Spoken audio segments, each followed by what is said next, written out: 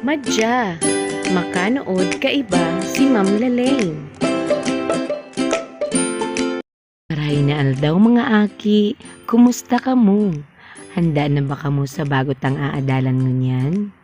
Kung handa na kamo, madya, tamapuo na kita. Ini ang letrang M. Ang tanog ka ini, Ang tanog ka ini, Kantahon ta daw ang letrang M. Ini an letrang M, letrang M, letrang M. Ini an letrang M. Sabayan daw nindo ako. Ini an letrang M, letrang M, letrang M. Ini an letrang M. Matibay. Adalan ta ang mga bagay na nagpupuon sa letrang M. Ano ang apod digdi? Tama, ang apod digdi, muro. Ano man ang apod kaini? Tama, ang apod kaini, mais. Ini man, mani.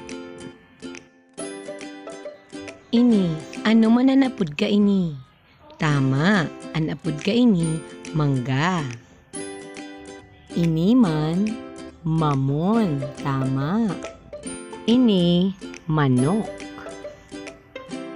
Ano man daw kaya ang apod kaini? Tama, ang apod kaini, motor. Ini man, maso.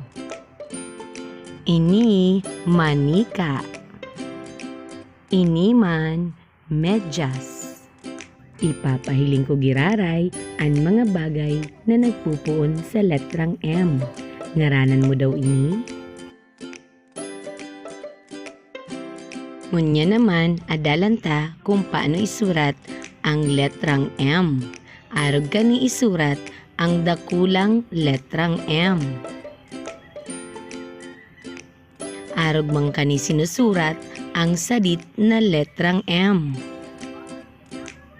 Ulitin mo daw.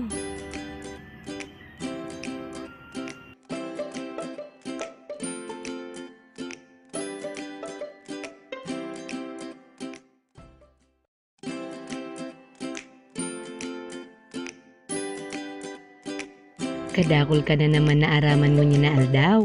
Salamat sa pagdangog. Paaram!